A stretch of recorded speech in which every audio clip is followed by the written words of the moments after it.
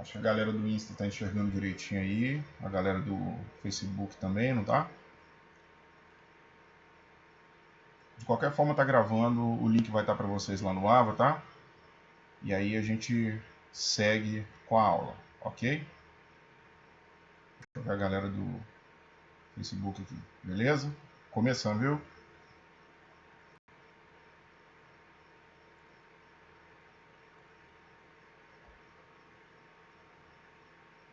Pois bem, galera, vamos lá. Nós falamos na última aula, né? Falamos assim, né? Na videoaula que a gente enviou, sobre a articulação do quadril. Entre muitas questões, falamos todos os ossos que compõem essa articulação, demos foco especialmente à articulação sacroiliaca, visto que nós já estudamos a coluna, né? Então, a sacroiliaca com a função de se articular ali com o osso, né, os ossos do quadril e dispersar o peso e as cargas, ok? E depois falamos da articulação coxofemoral, né? A articulação entre a cabeça do fêmur e o acetábulo, ok? Então nós vamos focar nessa região de novo hoje, só relembrando, né, que é uma articulação triaxial. Ela vai fazer 3 eixos de movimento, né? Ela se movimenta em 3 eixos, né? Sendo no plano sagital flexão, extensão, que é o retorno, a hiperextensão, né? Que é partindo do ponto zero para a região posterior, né? Temos também a abdução e adução, lembrando que você pode considerar a adução o retorno, mas você pode chamar também de adução horizontal quando você vai do ponto zero no sentido medial. E no plano transversal, as rotações medial e lateral, rotação interna e externa, tá bom? Os ângulos de movimento, né, os graus que são alcançados, a gente já trabalhou isso, beleza? Então, nós vamos seguir. Os movimentos, né, como a gente já repassou, como a gente já falou, né, flexão, extensão, hiperextensão, abdução e adução, né, mostrando aqui que a adução pode ir um pouquinho além, rotação interna e rotação externa, tá bom?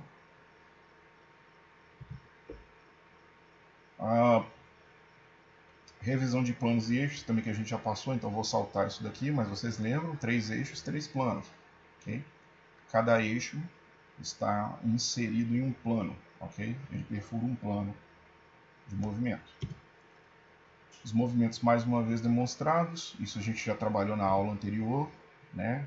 Caso de dúvida, acessem lá a videoaula anterior para que vocês possam observar isso, ok? Então vamos ao nosso assunto mesmo hoje aí, que são os músculos relacionados a essa articulação do quadril, tá bom? Origem, inserção e ação. Algumas bibliografias trazem ilho-psoas, né, mas você pode separá-los em 2 porções, o psoas maior e o músculo ilíaco.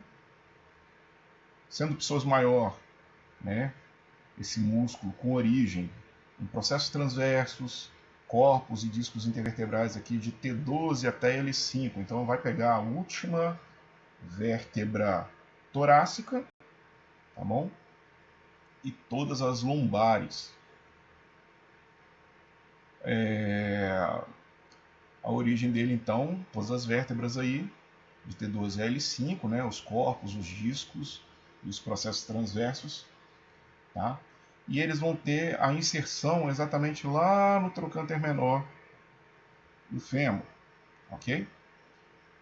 Com isso, quando esse músculo se contrai, as ações deles vão ser de flexão e rotação externa da coxa ou da articulação coxofemoral aqui, né? Então nós vamos ter flexão e rotação externa. Lembrando que ele vai ser inervado pelas raízes nervosas que saem, né, de L1, L2, L3, ou as raízes nervosas L1, L2, L3, falando melhor, tá bom? E vamos ter essa inervação aí. Nós vamos ter também o ilíaco, esse músculo que sai aqui da fossa ilíaca, a parte interna desse osso, ok? Ele vai se inserir também no mesmo lugar no trocânter menor. E sua ação vai ser flexão. Flexão no quadril, flexão da coxa, tá bom? Inervado aí pelas raízes L2, L3, L4. Tá? Depois vocês podem conferir no livro didático de vocês. O livro didático de vocês vai estar demonstrando lá. Eu só tentei resumir um pouquinho mais. Mas olha no livro didático, né? Os livros da referência bibliográfica também, que vocês vão entender melhor, tá bom? Então esses dois músculos aí vão ser responsáveis por flexão do quadril, sendo que o psoas maior também auxilia com a rotação externa, ok? Então já temos dois músculos aí responsáveis pela flexão, especialmente a flexão do quadril, beleza? Vamos seguir aqui. Um famosinho aí, né? O reto femoral. Lembrando que o reto femoral, ele junto com outros 3 músculos, eles formam o quadríceps, tá certo? O reto femoral, ele vai ter origem aí na espinha ilíaca antero-inferior, que a gente citou, né? Na aula sobre os ossos da pelve, do quadril, tá? A gente especificou que essas pequenas pontinhas ósseas, né, são pontos de referência numa avaliação de um paciente, mas também são pontos que podem originar ou inserir músculos, né? No caso desse daqui, o reto femoral, ele se origina na espinha ilíaca anteroinferior, ok? Ele vai se inserir na tuberosidade da tíbia, tá bom? Aqui não está demonstrado diretamente, porque ele se une com os outros, né? Se torna o tendão patelar, né? Onde vai estar inserida a patela, e ele vai se inserir na tuberosidade da tíbia aqui um pouco mais abaixo. Com isso, esse músculo ele vai ajudar na flexão da coxa ou do quadril, e depois, mais à frente, na próxima aula, quando a gente fala de joelho, a gente vai ver que ele vai ajudar na extensão de joelho, tá? Então ele tem 2 ações, ele tem uma ação aqui nessa articulação e uma ação nessa articulação, né? Flexão do quadril e extensão de joelho, tá? Inervado aí pelo nervo femoral, raízes nervosas de L2, L3 e L4.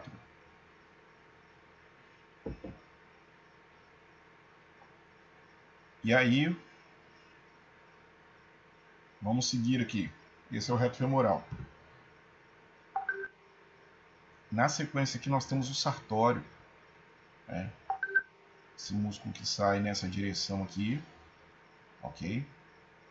Ele tem a sua origem na espinha ilíaca antero-superior, tá? Aquela outra pontinha, um pouco mais acima aqui, tá? Ele também cruza por todo o osso do fêmur e ele vai se inserir aqui, ó, na face medial da extremidade proximal da tíbia, certo? É um músculo longo e ele tem várias ações, tá? Entre elas nós temos aí, com relação ao quadril, ele faz a flexão, ele faz a abdução, tá? E rotação lateral do quadril, com 3 ações para a articulação do quadril, tá bom? Flexão, abdução e a rotação lateral do quadril, ok? Vai ser inervado pelo nervo femoral de L2 a L3, L2 e L3, né? Tá certo? Então, mais um músculo flexor, mas ele também ajuda em abdução e rotação lateral do quadril. Seguindo aqui, vamos ter o pectíneo, tá bom? Cuja origem vai ser no ramo superior do pubis, então ele fica nessa região, tá? Ele vai se inserir na linha pectínea do fêmur aqui, tá certo? Na face mais medial aqui, e ele vai ter ação de flexão, adução e rotação externa na articulação do quadril, tá? Esse pequeno músculo aqui, ele ajuda em todas essas ações, tá? Quando ele se contrai. O nervo femoral, né, também vai ajudar a inervá-lo, raízes nervosas saindo de L2 e L3 especialmente. Temos o músculo adutor longo, né, que ele tem sua origem aqui no osso do pubis.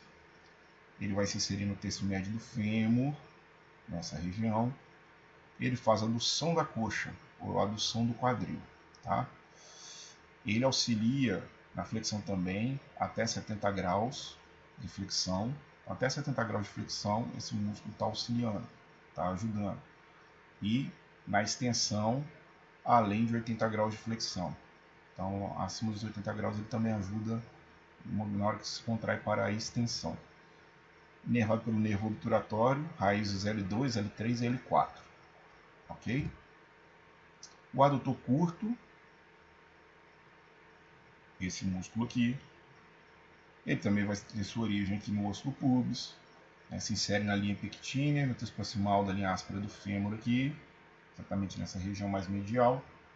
Tá? Ele vai ser responsável por fazer a adução da coxa, tá? Da mesma forma que o outro. Ele também faz ajuda na flexão até 70 graus e extensão além de 80 graus de flexão. Tá bom? O nervo obturatório também vai inervá-lo de L2, L3, L4, as raízes nervosas ali saindo. O adutor magno, tá? Vai sair do ramo do isquio e ramo do pubis, nessa região. Ele vai inserir em toda a linha áspera e tubérculo adutor do fêmur, ó, na face medial dele. Tá?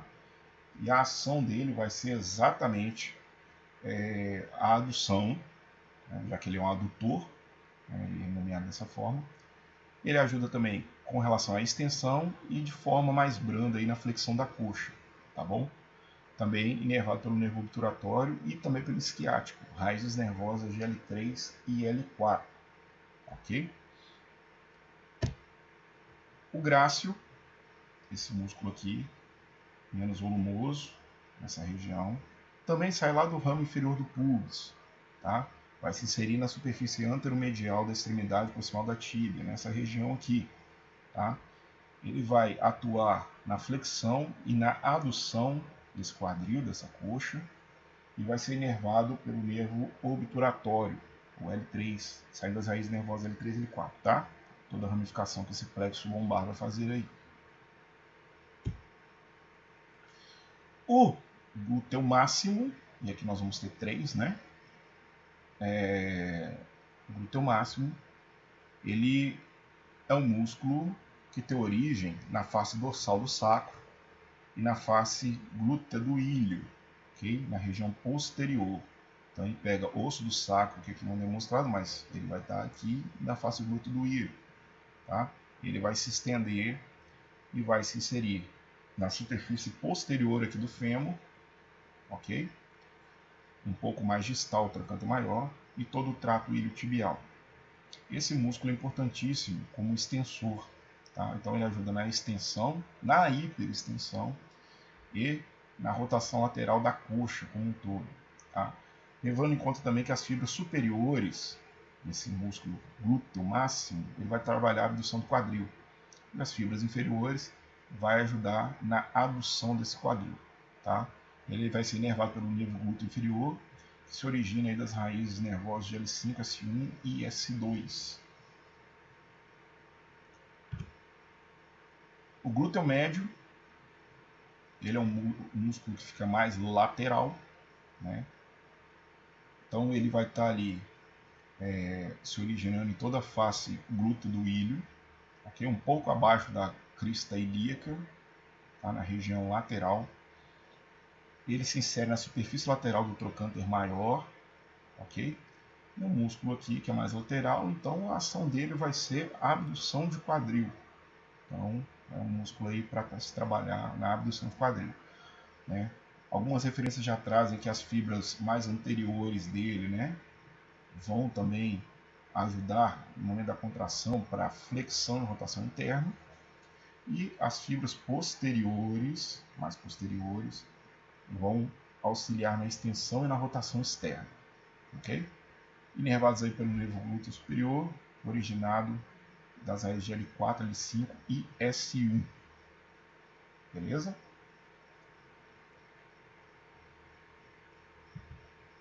Glúteo mínimo. Esse músculo ele fica encoberto pelo glúteo máximo, glúteo médio, desculpa, tá? Então, enquanto o glúteo médio ele pega toda essa região, o glúteo mínimo vai estar abaixo dele. Ele também se origina ali na face glútea do ilho, um pouco mais abaixo do que o glúteo médio, que é um pouco mais aqui, né? Ele vai se inserir na superfície anterior do trocânter maior e é um músculo também abdutor. Tá? Ele é abdutor da região do quadril. Assim como o glúteo médio, né? Fibras mais anteriores vão ajudar também no momento da flexão e rotação interna desse quadril, e fibras posteriores vão ajudar também no movimento de extensão e rotação externa, ok? Vai ser inervado pelo nervo glúteo superior, originado das raízes de L4, L5 e S1. Aqui uma imagem demonstrando os 3 músculos glúteos aí, né? O glúteo máximo, região mais posterior, o glúteo médio, região mais lateral, né? E o glúteo mínimo abaixo desse glúteo médio, ok?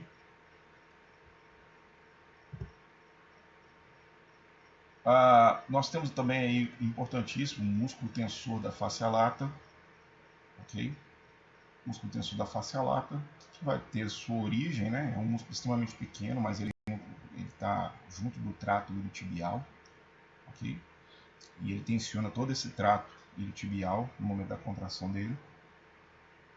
É um músculo que vai ter sua origem na espinha ilíaca antero-superior, ok? Nós já vimos um outro que começa aqui. E a galera me responde no comentário qual foi que a gente falou que começa lá na espinha ilíaca antero-superior, tá? Vai se inserir no côndilo lateral da tíbia, aqui embaixo. Então também é um músculo que vai ter ação tanto aqui no quadril quanto aqui também, estabilizando esse joelho lateralmente, né? Ele é responsável pela flexão, ok? Abdução e rotação medial da articulação do quadril. Inervado aí pelo nervo glúteo superior, tá? Raízes que vão sair ali em L4 e L5, tá bom? Então esse é o músculo tensor da face lata. Os músculos rotadores profundos, tá? Aqui eu não especifiquei, mas nós temos vários, como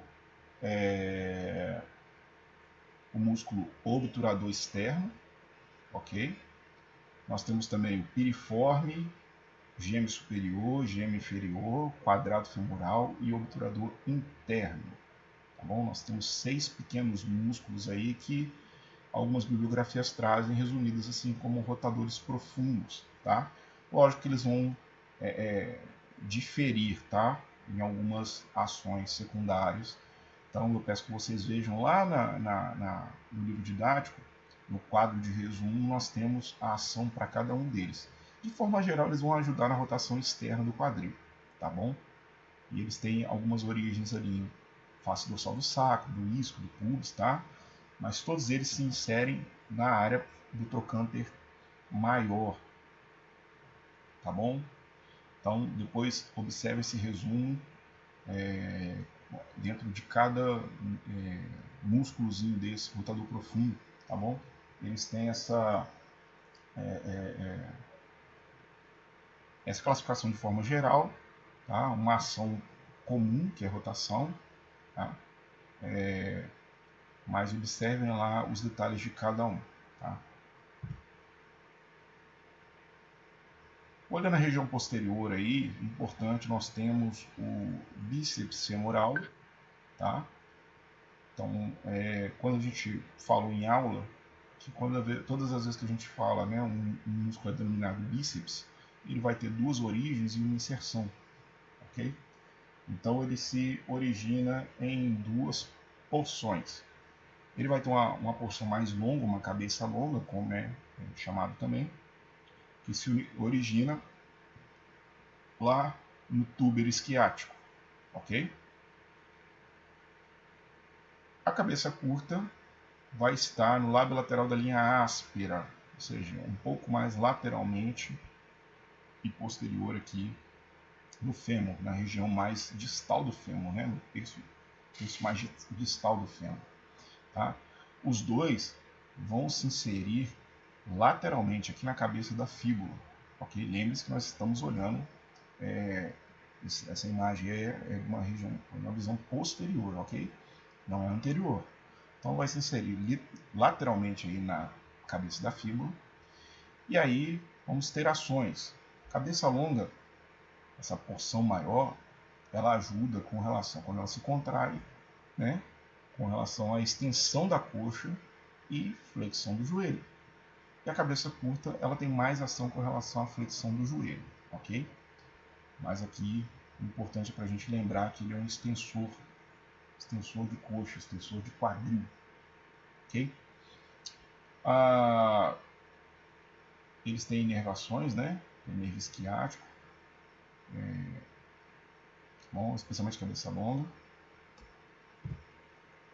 Nós temos um outro músculo importantíssimo aí, que é o semimembranáceo. Tá? Ele também se origina no tubo isquiático. Ele vai ter sua inserção na superfície posterior do côndilo medial da tíbia, aqui embaixo. Ele se insere posteriormente ao côndilo medial. Tá? E ele vai ter sua ação sendo a extensão da coxa e flexão do joelho, ok? Vai ser inervado pelo nervo isquiático originário das raízes nervosas aí de L5, S1 e S2. Tá? Lembrando, quando vocês vão encontrar em referência, gente, falando de músculos isquiotibiais, tá? Então são exatamente esses três que a gente está mostrando aqui. O bíceps femoral, né? Embora sua cabeça curta não tenha origem no isquio, ok? No tubo isquiático. O semimembranáceo e o semitendíneo. Tá? Vocês podem encontrar também aí sendo chamado de semitendinoso, tá? Mas é o mesmo músculo. Ele também tem origem lá no tubo isquiático. Ele vai ter sua inserção aqui na extremidade proximal da tíbia, tá bom?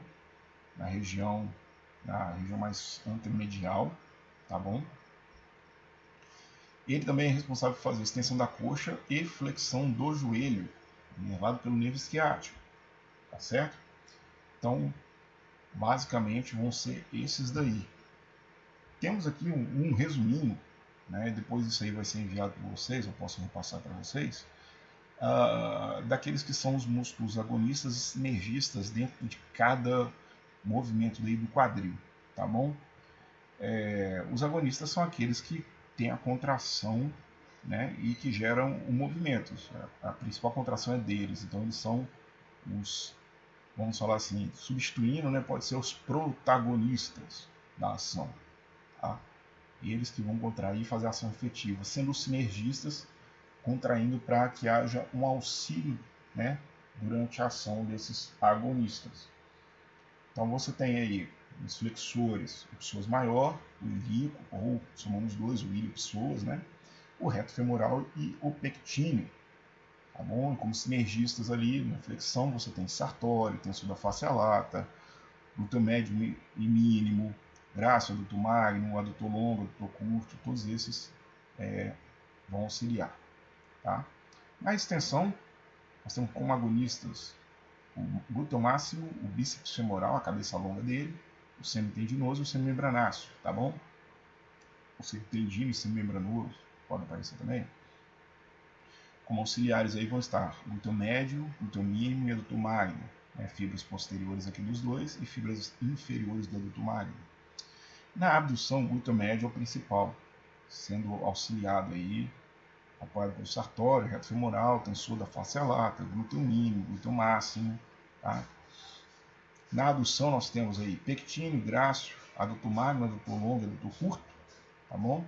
O glúteo máximo fazendo aí, trabalhando com as fibras inferiores e sendo sinérgico aqui. Na rotação interna nós vamos ter o glúteo mínimo, as fibras anteriores, sendo auxiliado por todos esses outros aqui, tá? E na rotação externa, o glúteo máximo, o quadrado femoral, o piriforme e o gêmeo superior e inferior, sendo todos esses aqui auxiliares também no movimento de rotação externa, tá bom? E aqui um quadro demonstrando aí a parte da inervação, né? Então, se você tem lesão de qualquer raiz nervosa dessa daqui, logo você já imagina quais músculos vão estar comprometidos, né, com relação à inervação.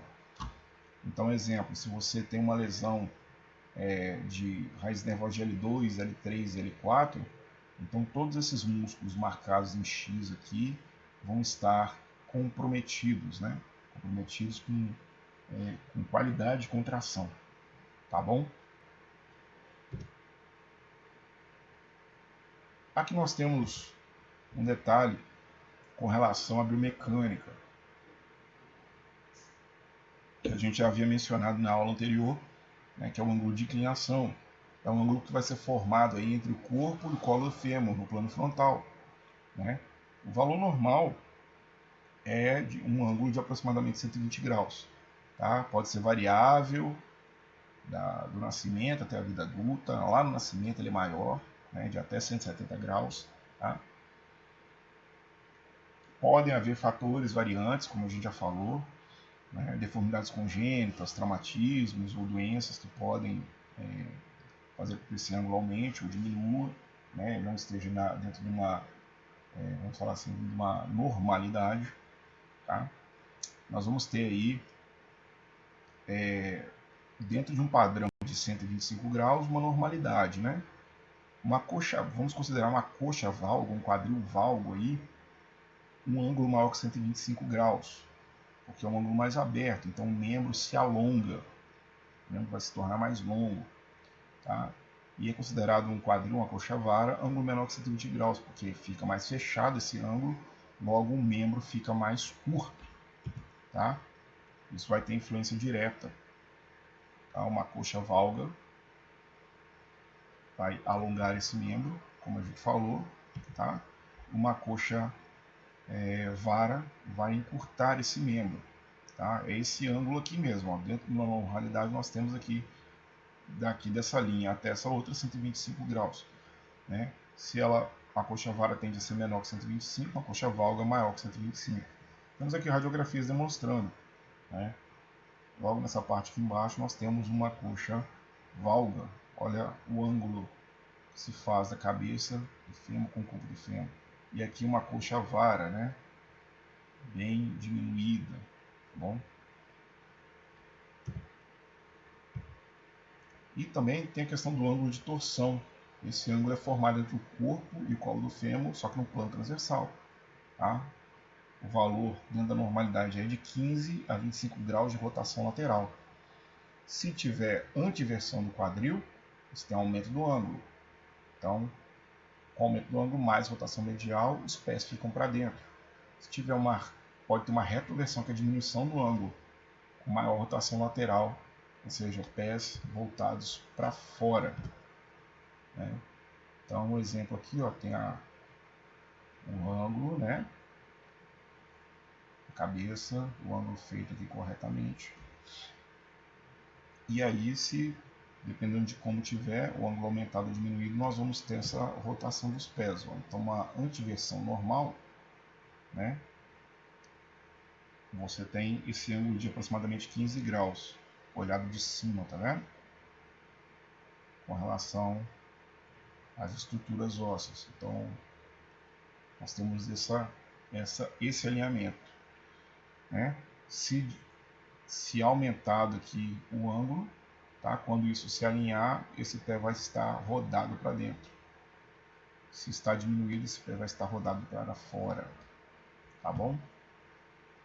E aí fica como dica algumas patologias aí dessa região para que vocês possam dar uma estudada. A luxação congênita de quadril, né? Que também pode ser chamada de displasia congênita, né? Quando por alguma deformidade ou alguma malformação, a criança nasce com o acetábulo um pouco mais raso, logo a cabeça do fêmur ela não se encaixa corretamente. Você tem um deslizamento, né, para a região, para o ângulo superior, para a região superior, né, mas a cápsula articular permanece intacta, porém distendida. E isso vai gerar suscetíveis luxações aí do quadril. Tá?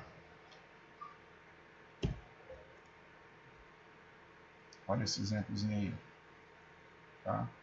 Entra aqui numa normalidade e aqui luxado, fora do lugar, saiu do acetábulo, tá? Que o acetábulo aqui é mais raso, certo? Tem essa doença também do leg calvepertis, tá? Que também é chamada de coxa plana. Isso aqui acontece, né, por uma necrose da cabeça do fêmur, ok?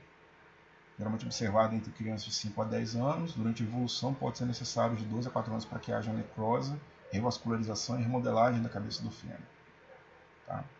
Então isso aqui vai ser necessário repouso, né? E muita fisioterapia atuando aí para auxiliar, tá? Inclusive procure algum artigo, eu achando eu vou enviar para vocês. Eu acho que tem um aqui que fala sobre fisioterapia dentro dessa doença, mas pesquisem sobre ela, tá? Então notem aqui, ó, aqui dentro uma normalidade e aqui a necrose da cabeça do fêmur, ok? Vai ser necessário esperar revascularizar, ou seja, entrar todo o processo de cicatrização óssea e remodelação para que seja refeita essa cabeça do fêmur, né? A osteoartrite, tá? Que é a degeneração da cartilagem articular, assim como a gente viu para a coluna, pode acontecer também, né? Nessa região da articulação do quadril. Pode ser por traumatismo, pode ser por desgaste, muito observado em idosos, tá? E num processo bem avançado, tratamento cirúrgico, né? Fazer artroplastia, completa ou incompleta, tá? Mas a fisioterapia pode atuar muito antes aí e evitar um processo cirúrgico dessa pessoa, tá bom? Leio também um pouquinho sobre isso. Algumas radiografias aqui demonstrando, tá? Processos de artrite acontecendo, que pode evoluir para artrose, né, ou osteoartrose. E as fraturas da região, né, que são muito importantes, tá? Especialmente em idosos, ou idosos porque já tem fragilidade, já tem às vezes um processo de osteopenia, se não osteoporose, né? Mas em jovens também por acidentes automobilísticos, tá bom? Então, a maior causa delas, na verdade, é queda. Essa queda é mais comum em idosos, não tanto em jovens. O jovem é mais acidente automobilístico, tá?